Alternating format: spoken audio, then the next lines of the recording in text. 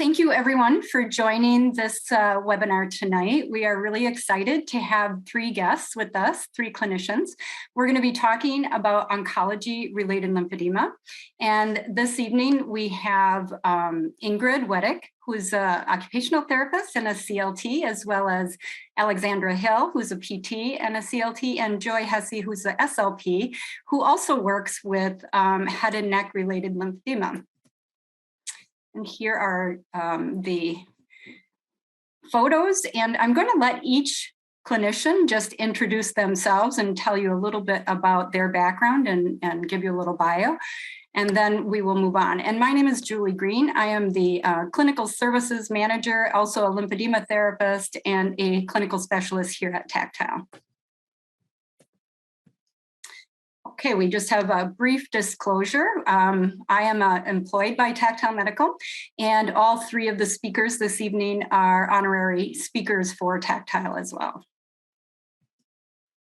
So studies have shown that lymphedema prevalence really varies based on cancer type, and nearly 50% of breast cancer survivors and up to 70% of gynecological cancer survivors will develop lymphedema. And with head and neck, it shows that up to 90% of cancer survivors will develop lymphedema. And there's a new study that just shows even higher percentages than that. And when we think about prostate cancer, that is the highest incidence of lymphedema, or for men in cancer, pelvic cancers, and that's about 20% of those patients will develop lymphedema at some point. So I'm going to be talking, we're all going to be talking about what kinds of treatments these three clinicians use with their patients, also how they use the FlexiTouch within their treatment plans, and also really sharing some case studies. So I want to just do a brief overview of our device. Tactile Medical manufactures and distributes the pneumatic compression device FlexiTouch Plus. And it treats head and neck, it treats pelvic cancers, any lower extremity lymphedema, upper extremity truncal, really anywhere in the body. One of the unique features of Tactile's product is that it has very unique chamber design and really soft fabric that really contours to unusually shaped limbs. And it also has variable pressure settings that really can accommodate patients that perhaps can't tolerate high pressures, but other patients that really require increased pressure due to thickened tissues and fibrotic tissue. It also, there are many studies that show that outcomes with the FlexiTouch really have improved home adherence to the plan of care that is provided by the therapist. So really having that as a tool at home ensures that the patient is going to be more compliant with other modalities that they are provided by through the therapist, and they will have better success managing this chronic condition. So I think we're going to get started, and our first speaker is going to be Joy, and she's going to talk about head and neck cancer and head and neck cancer related lymphedema. Great. Okay, thank you, Julie. My name is Joy Hesse. I'm a speech-language pathologist, and I work with a large otolaryngology practice in Des Moines, Iowa. I've been practicing for more than 30 years, so I'm kind of old. And but I've only, I really kind of just learned about lymphedema within the past 5 to 7 years, I would say. And believe it or not, it was actually a very persistent Tactile rep that came to me and said, "You need to learn about this." And so when I finally did, and I understood the importance of lymphedema and how that impacts fibrosis and long-term outcomes with my patients, then I have been all in since then. All right. So I thought I'd do just a quick review. I know most of you are probably PTs and OTs, so I thought I'd start with a sagittal view that you guys are very familiar with. And so with the treatment of head and neck cancer, that radiation beam, radiation therapy is impacting very, very, very delicate structures and structures that need to move freely and unfortunately are very much impacted in their ability to move after this treatment. And so when we start talking about head and neck, oftentimes we start at the soft palate, and we can see that there is scarring or fibrosis and shortening of the palate. And so unfortunately, when something happens to your palate and it gets short or stiff, then you can actually start to have, you know, peas and corn or chocolate milk coming out your nose, which isn't very good or socially acceptable. So that's not good. Nasal regurgitation. When we go down a little bit further, the base of the tongue, there's disuse atrophy, because a lot of times they stop swallowing altogether. They're spitting in a cup and not even swallowing their secretions. Where there's atrophy there as well, you get, it's called prevertebral swelling, and that is kind of like, I don't know if you guys see cervical osteophytes that are impacting and kind of pushing in on the posterior pharyngeal wall. That can have a very significant impact on the swallow. And then as you go down even further, there can be significant swelling in the true vocal folds, false vocal folds, arytenoids. So basically the entire nasopharynx, oropharynx, and hypopharynx. Okay. Next, my test that I do all day long is called a FEES. So that stands for Flexible Endoscopic Examination of Swallow. I know it looks horrible. Your mom said never to stick anything up your nose. I get that, but this isn't as bad as it looks, I promise. So we usually put a little bit of numbing gel on the scope, and it passes gently through the nose, and then it's actually hanging out right past the soft palate. And then we're having them eat and drink colored, usually tinted food and liquid. I do this at the beginning before they start treatment, and a lot of times you can actually see the tumor, and you can see the impact that the tumor is having on the swallow, which is super helpful, and the patients can understand if they need to do compensatory things at that point. And then I redo my FEES test once the treatment is complete, and then they're able to see, you know, sometimes the base of the tongue is gone or the epiglottis is gone, depending on the treatment. Many places, if you're not doing the FEES, will do what's called a modified barium swallow study. And that is an x-ray that's done in a radiology suite, typically with a radiologist and a speech pathologist. All right. So this is just a quick view of kind of normal. My mission now is trying to educate people on internal lymphedema. I know you guys are very well versed in the external, like what you can see, but the internal is my gig, and I see this all the time, and the negative sequelae that happen with this type of swelling. And so it's my mission to try to teach more people how to identify it and track it and treat it. So on the left is a great picture of a nice happy larynx. This is a view if you're looking, like, say you've got someone sitting in front of you and you lop off the top of their head and then you look down inside them like this. So towards the front would be the front of them. The epiglottis should be a very thin, little skinny leaf-looking structure. The vocal folds are tiny. They're only as long as your thumbnail, and they can vibrate up to 1,000 cycles per second. So everything is so tiny and delicate. On the right is the impact that we see often with what parts are swollen. The epiglottis, I think Tactile has a slide somewhere that says the epiglottis can increase up to 200 or 300%. Like, it just gets huge and thick. The false vocal folds, the true vocal folds, the arytenoids, postcricoid, all of that tissue just becomes very edematous and swollen, sometimes kind of directing the bolus or the food down the wrong way into the airway instead of into the esophagus. Next slide. All right, poll question. These are always fun. Yeah. So what image, I'm anxious to see kind of who's out there. What imaging are you using for evaluating? I'd kind of like to say, see if you're evaluating internal lymphedema. Are there people that are looking at that? And I'm sure that there's more PTs and OTs out there. So if you're not necessarily looking at internal lymphedema, let us know.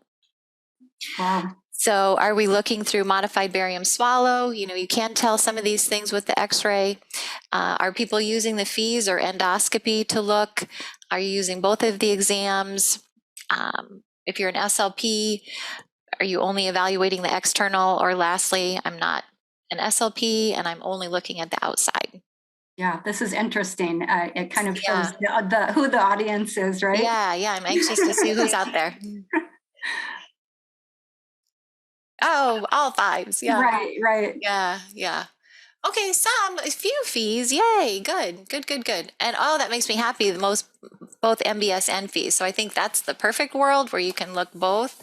So great. Thank you so much for participating. Good. All right. We're going to keep going on here.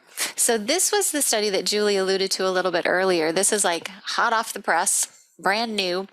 This is a study by Jeans, and she's actually a speech pathologist who did this study. And they found a huge, so out of 79 patients that they reviewed that were 1 to 3 years post-treatment, a whopping 97% of them had evidence of internal lymphedema at that point, which is crazy.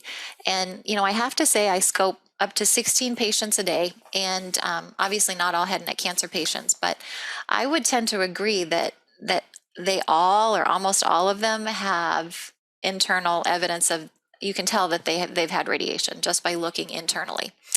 I think the takeaway from this study for me, though, was it showed that people who have significant external lymphedema and then internal swelling of multiple sites were the patients that were penetrating and aspirating. So that would be the good takeaway. That if they have lymphedema, they have dysphagia.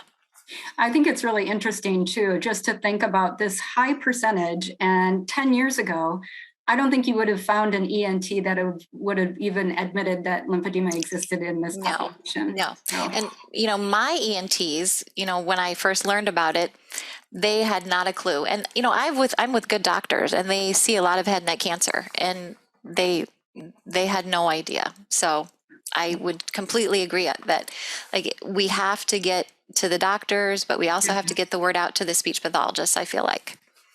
Well, that's a good point. And so how do you think that, therapists could work with SLPs, and what does that partnership look like, and how can we facilitate that more easily? Yeah, well, it's interesting. I am very fortunate. My head and neck cancer center, I'm in a private clinic, but they refer to me, and I get all of the head and neck cancer patients before they start their treatment.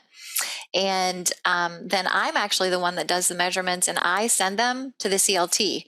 So I know, and then in some places, I think the CLTs see them, before treatment. And so in a perfect world, we would both be seeing them before and doing that. But as long as somebody's looking, right. Yeah. All right. So these are symptoms that for the PTs and OTs out there, I would really like you to start paying attention to, because if you don't have a scope and you can't pass it and nobody knows, nobody's looking, then please, if your patient is experiencing dysphagia, and if you just say, "Are you having trouble swallowing?" They'll be like, "Nah, I'm not really having any trouble swallowing." But if you say, "Can you eat without taking a drink?" or "Can you eat a sandwich anymore?" They'll be like, "Well, no." But so that's trouble swallowing. Yeah. Would you suggest that they also pay attention to the quality of their voice? Yeah. So stridor, I don't know if you know the word stridor. Stridor is noise on the inspiration. If they are experiencing noisy breathing, either on the way in or out, that's the vocal folds that are fluttering and making that noise. Pain and discomfort, lump in the throat is globus sensation. If you notice scarring or fibrosis, reduced range of motion, obviously difficulty breathing, we talked about. And then dysphonia, in my world, hoarseness is cancer until proven otherwise. You know what I mean? Hoarseness in the voice means something. Right. Yeah. Okay, I'm going to put my headphones on because I'm getting some feedback. So this is my first case study. Yay. So past medical history, I thought it'd be easier just to draw a big line where the tumor was. And so this is a big picture of this huge tumor that engulfed kind of the right side of her throat. I did see this gal ahead of time, and so we did start proactive therapy where she was doing, it's called pharyngocise or swallowing exercises before. And then, her swallowing was okay oddly, it was pretty good before her treatment. In our institution, we do place prophylactic pegs, so everybody gets a peg before they start their treatment. And then you can see my treatment. She did have CLT, she did have manual therapy once the treatment was complete. And everybody's a little bit different. When I talk to people around, some people start like at 4 weeks, some people wait 6 to 8 weeks. That seems like that's really up in the air depending on where you're at. From what I can see, is that true? Like you wait different times? Is there a standard for that, Julie? Well, I think it's dependent on the physician and Yeah. when they want to get things started. How early, yeah. And then I've been trained in myofascial release just for the head and neck, so I'm a huge proponent of that. I do a swallowing therapy called the McNeil when the patient is finally able to swallow without significant pain. And then the patient received the Flexitouch a few months into her treatment. And then I have Carrie loves her Flexitouch. And so she wanted to do a quick video about how she loves her Flexitouch. This is a picture of her lymphedema. So you'll hear her voice coming up here, but on the left is actually a picture. I know it's hard to tell, but the arytenoids are huge. Like these are probably 4 times the size of normal arytenoids. She is missing a pretty good chunk of her epiglottis. And then you can see really significant swelling at the back, at the opening of the esophagus. And then on the right, I know it's hard to tell what this is, but you can see the base of the tongue and there's significant atrophy there. When the base of the tongue goes away, then the vallecula increases in size. And so it's like there's this big shelf where food goes down and whoop, just sits there. And then they have to keep swallowing and swallowing to get it to go. So really, yeah, I know. If you don't even know what you're looking at, you can see how edematous. I know it looks like hamburger, doesn't it? It's like what is that? But all right, but this is Carrie. I'm going to let you listen to her. All right, Carrie, tell me why you love your Flexitouch. I love having the Flexitouch because when I'm in pain, that's the first thing I go to, and I have this in my throat. And after I use the Flexitouch, it takes it away. The swelling's reduced. I know it works. Perfect. Go ahead. All right. Any other, obviously for the pain, and how about for the swelling that you experience both on the inside of you and the outside of you? I can tell a difference. Oh. Immediately, it's a comfort to know that it's there, because it does reduce the swelling. I can tell in my voice. It helps my voice, and the pain goes away. And it's like a massage. I love the way it feels. It puts me to sleep often because it feels so good. Good. All right. Thank you so much. All right. So believe it or not, looking at that larynx, that patient, she is taking a general diet with thin liquids, believe it or not. So she's eating a normal diet. Next one. So when I learned about the Flexitouch, I thought, well, I understand why it would work on like the fresh patients fresh out of therapy, but what would happen with my long-term patients that are having really severe fibrosis? And so this is a high school math teacher, 71 years old. He came to me 3 years ago, and he came and said, they want to put a tube in my stomach, and I don't really want a tube in my stomach, so you need to help me. So we started therapy, same thing, intervention with myofascial release, the McNeil. I use a lot with these patients. It's called the EMST, which is an expiratory muscle strength trainer. You blow into it, and it's for strengthening the lungs, because head and neck cancer patients are aspirating. And so speech therapy with them is not for the faint of heart. You need to know that they're going to aspirate, but it's our job to keep them healthy while they aspirate. Therabite is for the jaw, for the trismus, and then Flexitouch.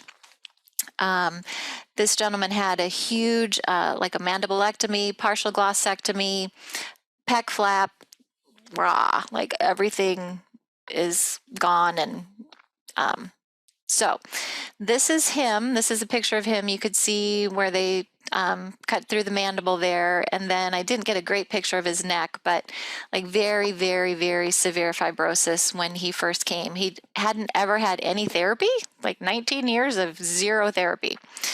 And this was the first time that I did a FEES. So this is what an epiglottis looks like with severe fibrosis. So late down the road, then it gets skinny again, but then it doesn't move. So this is dumping, that's liquid dumping onto his larynx and down his trachea. And this is a bologna sandwich where a little piece of the bologna sandwich is going down into his airway here.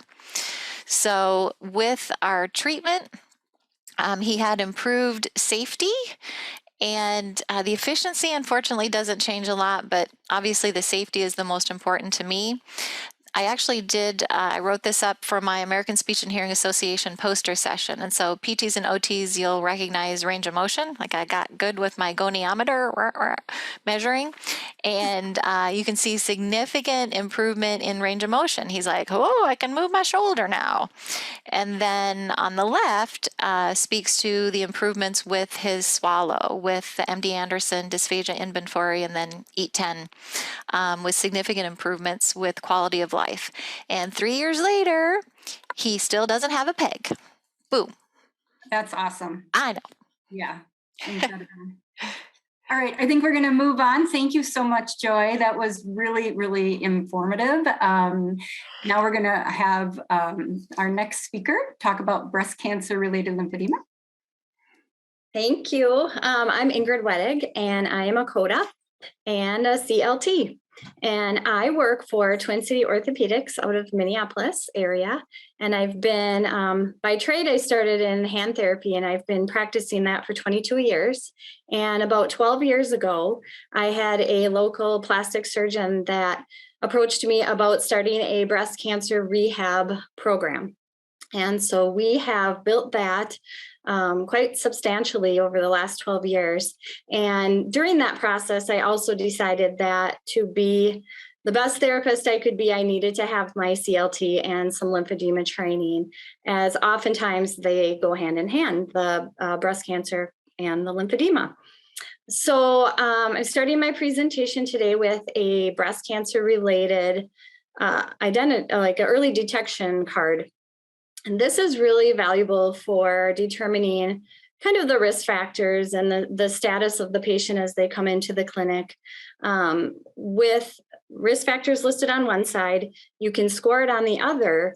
And then once you have a score, the score will identify what kind of risk they're at, because we'll see all ranges. And when they're coming into the clinic, you might not see visible signs of lymphedema yet. And this is a good way to start identifying it sooner. And did you say you used this on your eval, Ingrid? Yes. Yep. I would use this on an eval. And oftentimes I don't get a pre-eval, I don't get to meet the patients prior to so I don't have anything to compare to oftentimes. So this is a bit of a tool that helps. Perfect. Yeah. So then we'll start with some signs and symptoms that we are looking for upon evaluation. Oftentimes there'll be pain in the chest, burning, aching, tingling that can run down the arm, that can be in the breast, that can be in the axilla area. I also observe their back and shoulders for the trunk, and seeing if they have swelling that wraps around to the back side of the body. Arm swelling. I oftentimes see many people will say, I just have this achy, dull sensation in my arm. And that is a sign of lymphedema, even prior to the appearance. So we're checking for that. And then, of course, the visual aid. Swollen breast. Yeah. Well, I was just going to ask if you're seeing an increase in incidence of truncal and breast edema. I am.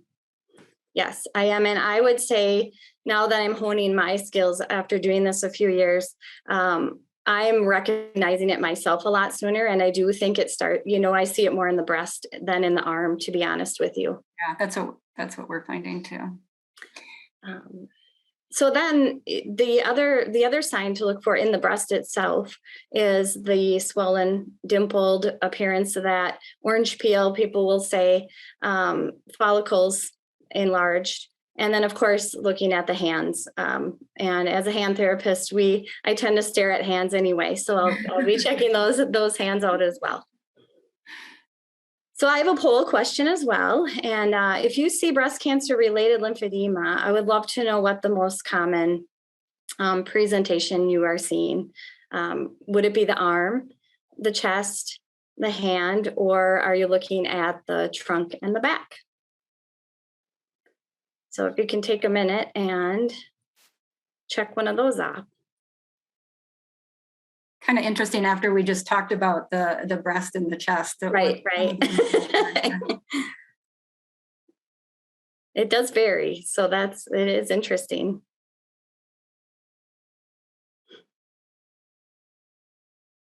Perfect. And I would agree, for me as well. I would say those are probably my top two. So you don't see as many in the hand. Right. And thankfully, hopefully we're catching people prior to, that's what I'm being, too, with the early surveillance programs that are more common now. Yes, I would agree. So I'm doing a case study today also, and I had a 43-year-old female. She actually had right-sided breast cancer, which resulted in a bilateral breast reduction lumpectomy. Her sentinel node was removed, and that was negative for cancer out of the right axilla. This was back in 2020 during COVID, unfortunately. She followed that with 28 rounds of radiation to the right side. That ended in November, and she did not have chemo. When I got her, there was a gap there. I got her in December, end of the year. She came in with a lot of chest wall tightness, fibrosis from radiation, the red skin, the seromas, truncal edema, went through the axilla and into the upper arm. She measured pretty normal past the elbow, but her shoulder range of motion was very limited, and she had shooting pains that were radiating across her breast. Adhered scar tissue from the drains that were underneath that left lower lateral breast. And then unfortunately, she developed several seromas. So they drained those over, 3-4 times by the time she got to me. I do the LLIS, and her score on that, if you're not familiar, that's the lymphatic life impact scale. I use that on all patients that come in, or the quick dash, and that just helps us kind of determine function for goal writing. Pectoral stretches, range of motion for the shoulder. I gave her some scapular home program and trunk stretches, manual scar therapy to try to release some of that adherence so fluid could move around more freely. And then I also did manual lymph drainage in the clinic and taught her some self lymph drainage for home. I did recommend for her to look into getting a compression tank top for daytime wear. Unfortunately, her case is a little interesting because she continued to have seromas those next 2 months as well.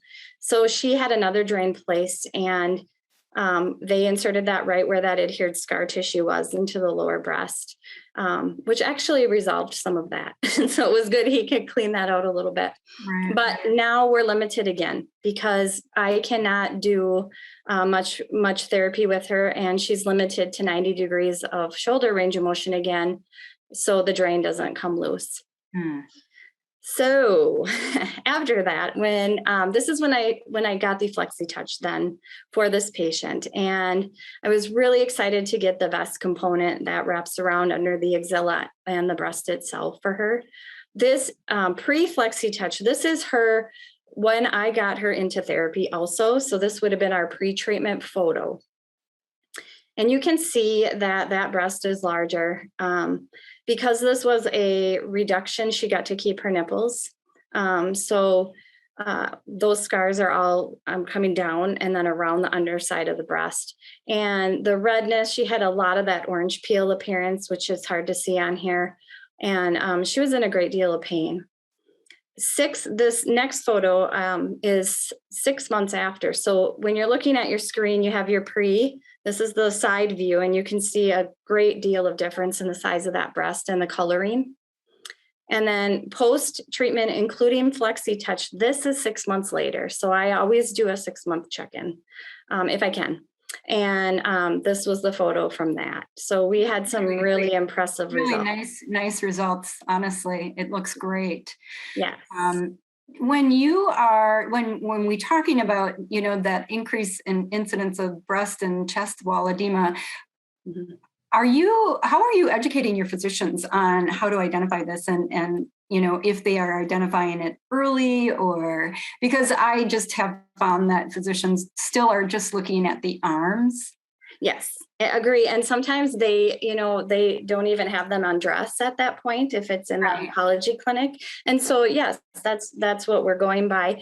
I have a bit of a big mouth, and I try to make phone calls when I can, emails, and just these are the things we're finding. And myself included, I feel that I've done a better job of identifying those better too. So any literature I can find, speaking about the patients themselves and what our findings are, I have noticed that many of the oncologists I work with do send patients earlier and are identifying the breast swelling faster. And Ingrid, do you share photos like this of your progress? And I really haven't. And I'm fortunate that these people are checking back in with their physicians. And I think the work and the outcomes, are speaking for themselves, which is great. But yes, I would like more. So her outcome was very good. This was 6 months ago, or 6 months post initial treatment with me. And this was just recent. And she had full range of motion, all planes. The scar tissue had resolved. The lower breast moved freely. No seromas, no infections, and the fibrosis or the scarring that kind of goes hand in hand with fibrosis had improved.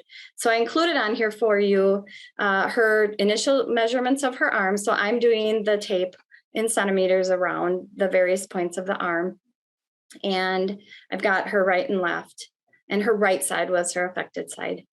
And then her chest measurement went down as well. So we had a very nice reduction. Yeah, really nice. Yeah, she's still using her FlexiTouch nightly. And I know that those seromas, when they are recurrent like that, can really be a problem after they stop coming, because you still have that empty space now. And a lot of times that can fill up with lymphatic fluid then too. So. Right, yes. And so when you ask me about my referrals, I do have a card that I made with some colleagues that I can send out. I try to, I love to do in person if I can, but of course with COVID, that's been limited. But these cards are really good at identifying the risk of the patient with lymphedema. And I think this has been very helpful to educate physicians that, I want everybody as soon as possible. In my world, I start everybody at different times of their treatment. If I could see all radiation patients, I would, in a perfect world. And I would love to see them before they start radiation. But that, it just is very dependent on the physician and the clinic. So my goal in life is to get out there and get the word out so we can get some proper care, sooner than later, so that hopefully if we're catching lymphedema in the earlier stages and possibly getting some reduction instead of a lifelong, stage 2 to 3, with more of a maintenance program. So. Yeah, this is wonderful. I really feel like we don't always have control over what our institutions do, but if we as therapists can be more proactive and just continue to put this stuff in front of them and bring value to their clinic in terms of getting their patients treated earlier, I think it's just going to be better overall for patient success. Yep, absolutely. And I hope too that, we get I'm a year out, I'm 2 years out, I'm seeing less of that now. So it's exciting. Yeah, definitely. Okay, well, thank you so much. That was incredibly insightful and great information. So next, our last speaker is going to be talking about pelvic cancer lymphedema. Hi, everybody. My name is Alex. I'm an outpatient physical therapist. I practice in Jacksonville, Florida, and I specialize in pelvic health, oncology, and lymphedema, which is why this case topic is so perfect for me, because it's that true intersection of all those specialties. I've been a therapist for 8 years, and my first week as a practicing physical therapist, I was actually getting my CLT. So I've been doing these specialties all 8 years that I've been practicing. And I first found out about being a lymphedema therapist back when I was a student, and I shadowed a physical therapist who specialized in pelvic health and oncology. And so I was intrigued early on as a student and knew that I wanted to get into this population. And right now, I'm at a large hospital-based institution. We're very fortunate that we have a COC accredited cancer center where we have a lot of great collaboration with our oncology teams. So that's been really great at this institution so far. And that leads to our last case for tonight. Yeah, so I'm just really impressed with the fact that you had found your passion so early in your career. And I apologize, my dog is making noise. I'm going to mute myself. And what's a Zoom talk without a dog, right? or cute kids running through. So yeah, I knew, like you said, Julie, I knew very early on what I wanted to do. I did a residency my first year out, and so I've just been doing this the whole time. So when we look at the lymphatics of the pelvic region, you can see these three main pelvic lymph node areas. So we have the lumbar, para-aortic, the pelvic and iliac lymph nodes, and then the inguinal nodes. So when you look at the smaller font below it, you'll see those different cancers that are typically associated with that lymph node bed. So when you look at ovarian cancer, for example, that cancer can potentially metastasize and spread to the lumbar and the pelvic lymph nodes. So when sentinel lymph node biopsies are done, when lymph node dissections are done, those are going to be the lymph node beds that are typically implicated. And when you look at the position of them in the body and in the pelvic region, you can see really how people can have symptoms in the abdominal, pelvic, and leg region. It can sometimes be a little tricky to kind of see those symptoms or to kind of discern them. So there's actually a really great screening tool that's available through Tactile, and they have one both for prostate cancer and for gynecological cancer. I use these when I'm screening patients in the clinic. I educate other providers about how to screen for them, my patients how to screen for them. And so when you look at them, they are very similar between prostate cancer and gynecological cancer. We'll start first at the abdominal area. So people can say they feel like a lot of bloating, kind of like what Ingrid was talking about for breast cancer patients in the trunk. They can also feel that in the abdominal area, that heaviness, just feeling that bloated fullness type of feeling. And also having pitting across the waistband, their underwear, their pants may feel tighter as well. When we go down now to the genital area, people will have sexual dysfunction, bowel and bladder dysfunction. Now, again, half of my caseload is pelvic health, the other half is oncology and lymphedema. So I'm very comfortable talking about poop, pee, and sex all day. Granted, many of you are probably not, and that is understandable. However, if you are working with a pelvic cancer survivor, you have to be screening for these questions. And if you approach it in a way of these are some symptoms that can be commonly seen after the treatment that you've had, it can make it a little bit easier to discuss it and for the patient to even open up to you instead of it just kind of coming from left field, like, hey, how's your intimacy going? So that can be, again, very prevalent with these patients. And then they can have swelling in the genitals. So either in the penis and the scrotum or in the vaginal or vulvar area. It can feel like they're sitting on something. It can be very uncomfortable, make it difficult to wear clothes and underwear. I had a patient a while ago and she was just wearing long skirts and dresses for a long time because she had so much swelling in the vulvar area that it was just uncomfortable for her to wear underwear. And she thought that that was just something that she had to live with and nobody had really talked with her about it. So that's why these types of screening tools are so important for our patients. Moving now down to the legs, they'll have heaviness and aching in the leg area. They can have tingling. And then in the skin area, it can be very important to screen for these patients because the tissue in the skin in this area is very prone to being hypertrophic and having skin changes. So all of this leads to my case study tonight. Sorry about that. I'm sorry. Sorry, I went ahead of you. I apologize. No, that's okay. So this patient is a 72-year-old male, history of prostate cancer, arthritis, erectile dysfunction, esophageal disease, heartburn, high cholesterol, hypertension. His presentation on referral to physical therapy already included urinary and sexual dysfunction. He had some of that before his prostate cancer treatment, but certainly worse after his treatment. And you'll see why when we get to what treatment he had. He did have lymphedema that included the abdomen, the genitals, and the legs. And because of this swelling, this did contribute to some mobility impairments, particularly walking longer distances. He's retired, he lives at the beach, he wants to be able to walk along the beach with his wife, and this was really limiting his ability to do that. He was having pain, trouble wearing clothes and shoes. And so his prostate cancer diagnosis included extraprostatic extension, involvement of the left bladder neck and right seminal vesicle. He had perineural invasion, but luckily no lymphovascular invasion. And so his treatment included a radical prostatectomy. And then unfortunately, he did have a recurrence in the bladder neck and the inguinal lymph nodes that was treated with androgen deprivation therapy, prednisone, and then a course of radiation therapy. Now, like has already been mentioned tonight, COVID-19 has just been a total bugger with our cancer survivors. For him, he actually got COVID-19 towards the end of his radiation treatment. And so that actually impacted his treatment. He had to pause his radiation because he had a quarantine because he had COVID. So just another case of that impacting our patients. So with our examination findings, he did have stage 2 secondary lymphedema in both legs. The left was worse than the right, both with observation and also with circumferential measurements.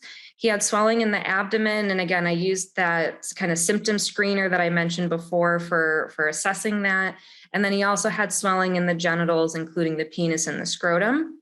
On initial examination, his gait, range of motion, strength were all within normal limits. Again, his main mobility impairment was mostly walking longer distances, although we did find that he had some mild balance deficits, and his 5-time sit to stand was within normal limits for his range. Our goals that we created together were to decrease the pain and swelling, improve his function, especially being able to walk longer distances with less pain, but also to become independent in managing his lymphedema. So unfortunately for this patient, he had been dealing with this lymphedema extensively, this extensive lymphedema for over a year, trying to deal with it on his own, trying different compression stockings. And finally, by the time that he got to me, he was really down about the condition, about living with this chronic condition for the rest of his life and what this actually meant. And so it was really important for both of us, but especially as his therapist, to make sure that he felt empowered and confident with managing this long term. Our initial plan of care was set for 3 times a week for 12 weeks, but just because of my clinic schedule, and also he became independent very quickly with his home program, we ended up seeing each other twice a week for 90-minute appointments. Our typical appointments are 45, but because he had such extensive swelling, we were able to see him for 90 minutes.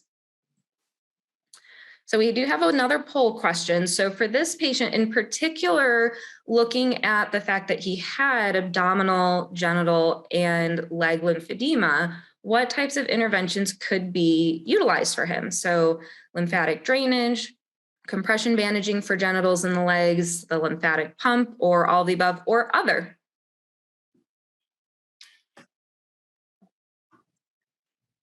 I don't think you're going to be surprised by this.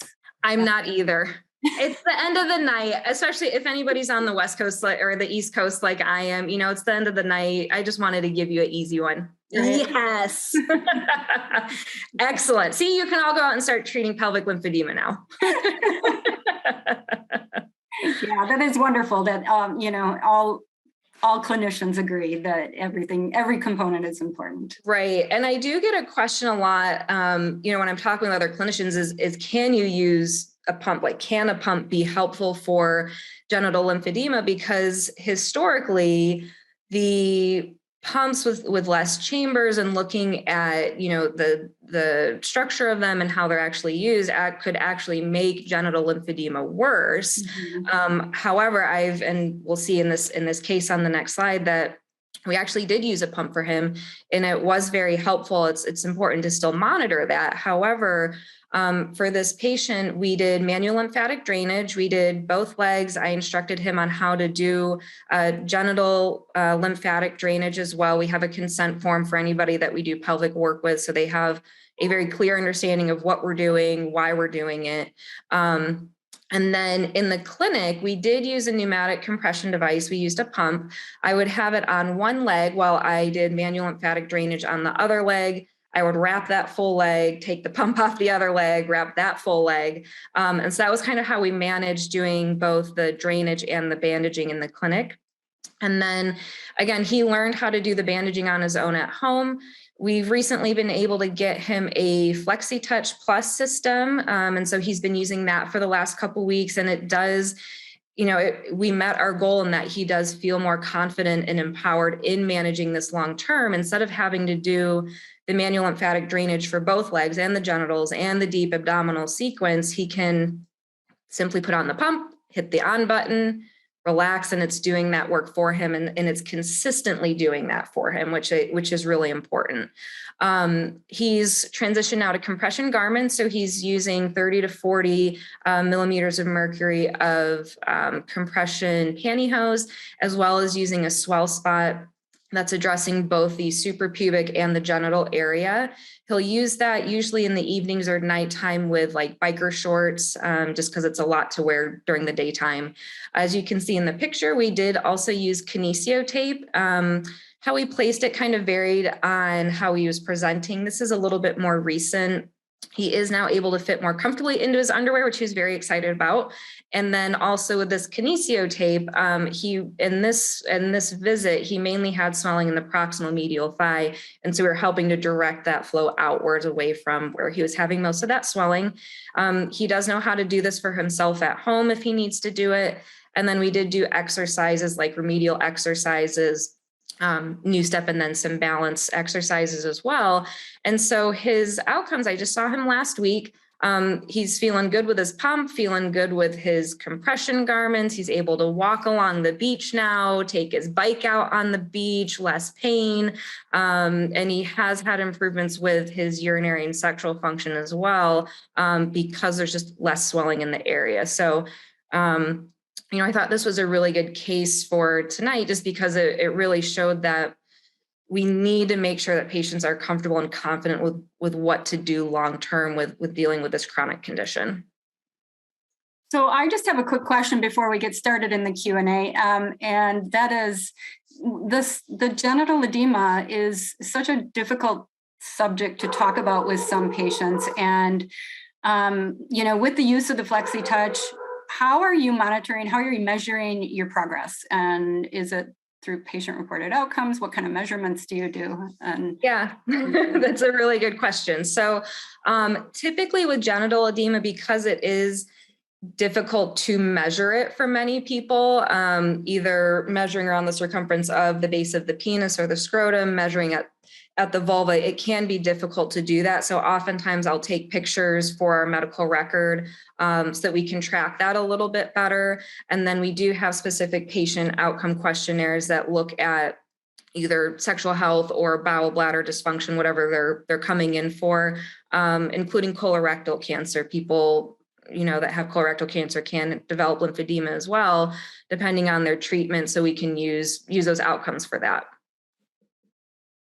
Great, thank you. So I cannot control this noise. I hope it is not too distracting. I don't know what's happening out there, but I'm not going to go look. We'll just get to a couple questions, and then I think hopefully that will calm down.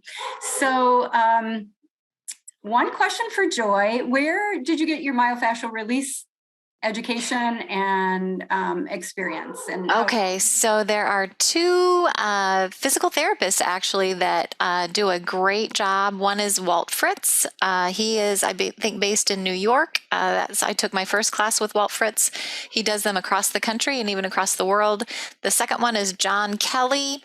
He's through CIAO seminars, and he is also very, very good. So they are usually 2 to 3 day courses, and they kind of cater to speech pathologists and working with both voice and dysphagia. So I would highly, like, that has revolutionized how I practice. I do it every day, all day long. And do you know if other speech pathologists are also utilizing myofascial release? Is that sort of standard practice for a lot of? No, I think it's still kind of new that they're, we got everything got shut down the last couple of years, and they're just starting to do in-person seminars. Like, this obviously has to be all hands-on, just like your CLT stuff. So I think that we're starting to get the word out, but I think it's still a minority of speech pathologists that do that. Another question about breast edema, and that is for Ingrid or for I don't know if you ever treat any. Do you ever treat any breast or arm edema, Alex, or no? Yep, I head to toe. Everything. Head to toe. Okay, so for either one of you, how are you measuring, right? How are you measuring edema in the breast, and how can we document that for insurance coverage for pneumatic compression? Yeah, tricky also. I usually will do some chest measurements, so under the armpit, and then I document like 5 centimeters down. I usually try to do above the breast, at the breast, below the breast. If there is no breast, around the chest, and then mark on the chest where I'm measuring. And then I also do even like a hip and waistline on everyone. So I'm documenting the snot out of it because it's going to depend on who measures. Typically, I do the remeasuring, but just in case, I am very, very clear about where I'm marking. And sometimes we'll do markings on the patient just so the tape measuring is in the same spot. Yep, I do the same thing. I'll take pictures and like Ingrid said, document as much as I can. Okay, so let's take a look here. One of the questions of how long do you usually tell patients to use the FlexiTouch for arm lymphedema post-discharge from outpatient therapy? I use it. Oh, sorry, go ahead. I was going to say, how long do you usually tell the patients to use the for arm lymphedema? I'm not really sure. It kind of depends on the staging, I guess. If the worse it is, if it's more chronic and it's stage 2 to 3 for the rest of their lives, I would say is best you can do it nightly. I always start everybody nightly, daily, once a day. Is the recommendation through Tactile and through myself. And then depending, reality kicks in. And so they, at that point, whatever they can do functionally with the lifestyle that they lead. I think that's a great answer. And I can just say from all of the experience I've had that it is typically an hour program. I usually tell patients when I've been training for 12 years, but before you put your garments, if evening doesn't work, before you put your garment on in the morning or when you take your garment off in the evening, because then they aren't, dealing with the sleeve and the garments for legs as well. And then with the FlexiTouch, I talked about pressures, but there's also all of the supplemental programs that are available for really challenging areas that you typically will rework in your clinic. Then you want to rework that at home every day, or patients that have more proximal swelling, especially for the pelvic cancers and the chest and the breast, you might want to do a proximal treatment before your primary. So really work closely with your rep and kind of talk about what that protocol is going to look like based on what your treatments are. That's kind of what I would say. I don't know if you have anything else to add, either one of you, Joy or Alex. No. Okay. Go ahead, Alex. No, that's nothing else to add. Yeah. Okay. So here's a question, and it's a difficult one because I did struggle with this as a therapist too, really being able to bandage the penis and the scrotum. How is the best way to do that? How can, clinicians learn a little bit more about that? Maybe you want to talk a little bit about that, Alex. Yeah, so not many people do it, and it is hard to find courses that teach you how to do that. There was a brief discussion when I first became a CLT. There are some advanced lymphedema courses that go through how to do that. And then typically using like a medium stretch bandage, instructing the patient that they do need to rewrap many times during the day, at least every time that they go to the bathroom, because we want to make sure that we keep it clean and dry. And typically with especially with the penis and the scrotum, the swelling does reduce pretty quickly. So they may find that they're even needing to rewrap more frequently than if they're going to the bathroom, say every 2 to 3 hours.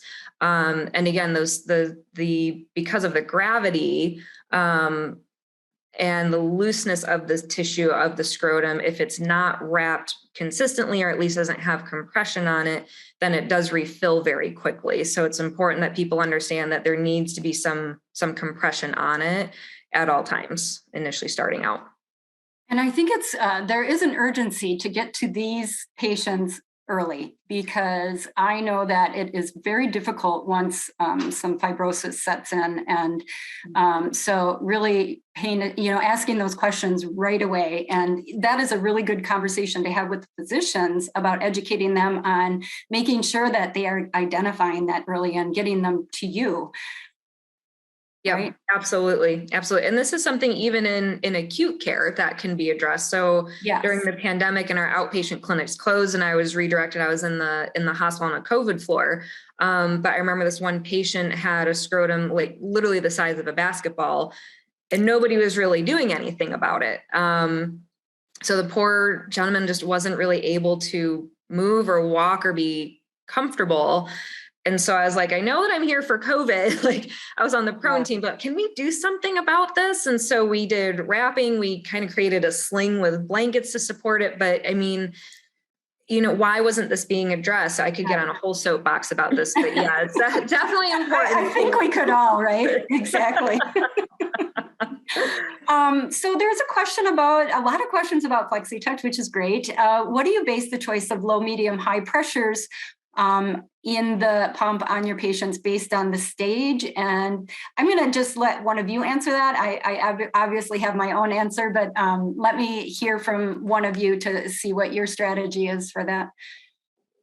Anyone? Mm-hmm. I would add that a lot of times I feel like Julie is your team, like the clinical educators, like when I'm stuck and the rep is stuck, like I go to Julie. Like you guys are awesome in like just talking to the patient and problem solving and helping us work out if we're stuck. And so I feel like you guys are a great resource for that. Thank you. And I will say that we have an entire internal team that answers all of those questions for patients all day long, because if they do call and say, oh, the pressure doesn't feel like it's enough, or it's too high, then we have a discussion about what they're doing, and we either defer them back to you or kind of work with them and you in figuring out what is going to work best. Yeah. Can also be, like you said, Julie, it's very patient dependent, if they have any type of comorbidities. So the gentleman actually that I presented on tonight had some restless leg syndrome that when we initially started the pump, it kicked that up like crazy. Wow. So we talked with, again, our local rep and they suggested a turn to basically decrease the pressure to a low pressure at the lower leg. And that helped him be able to tolerate it better. And then I've worked with some patients who have post-mastectomy pain syndrome, who may be a medium or high pressure, even though they may need it for like the fibrosis or the stage of the lymphedema is just a little too much. And so we might start on a low pressure and then kind of progress up to medium. But I think, like you said, that's just such a loaded question and it's so patient dependent. Yeah. This question is for you, Joy, I think, or anyone else that's treating head and neck, but what measurements are you taking for head and neck for swallowing for pre and post radiation?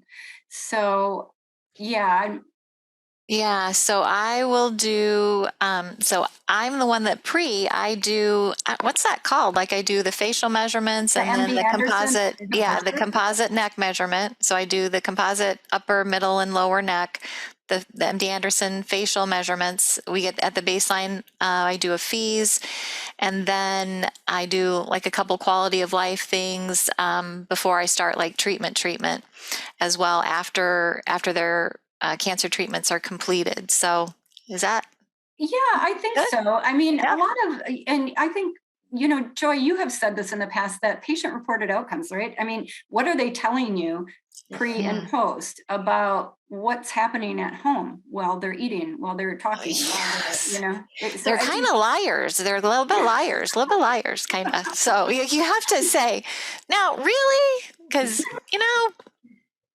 you lost 60 pounds. So I think there's something going on there. Yeah. but do you use that also for an assessment, right? Yeah, I mean, yeah. So I work super closely with dietitians I love dietitians. They are some of my best friends. And so I email my dietitians almost every day. So they're super good about the weight and the nutrition and then helping them wean off and getting rid of the PEG as quickly as we can. So like my big thing is it takes all of us, like it takes a whole team of us to wrap around them to give them the best care. That is a really good point. And I think that's kind of where we'll end, because we are 5 minutes after, and there's a lot of questions in the chat and the Q&A. And as we talked about earlier, we will definitely address those via email. Our clinical team will look at them, and then we will also send them out to the presenters tonight to take a look at them. And then we can answer all of your questions that way. So thank you so much. Please take a look at what's coming up next. And I appreciate it. Thank you so much, all three of you, for presenting tonight. We really appreciate you taking the time. And thank you all for attending and listening to this webinar. Thank you. Thanks.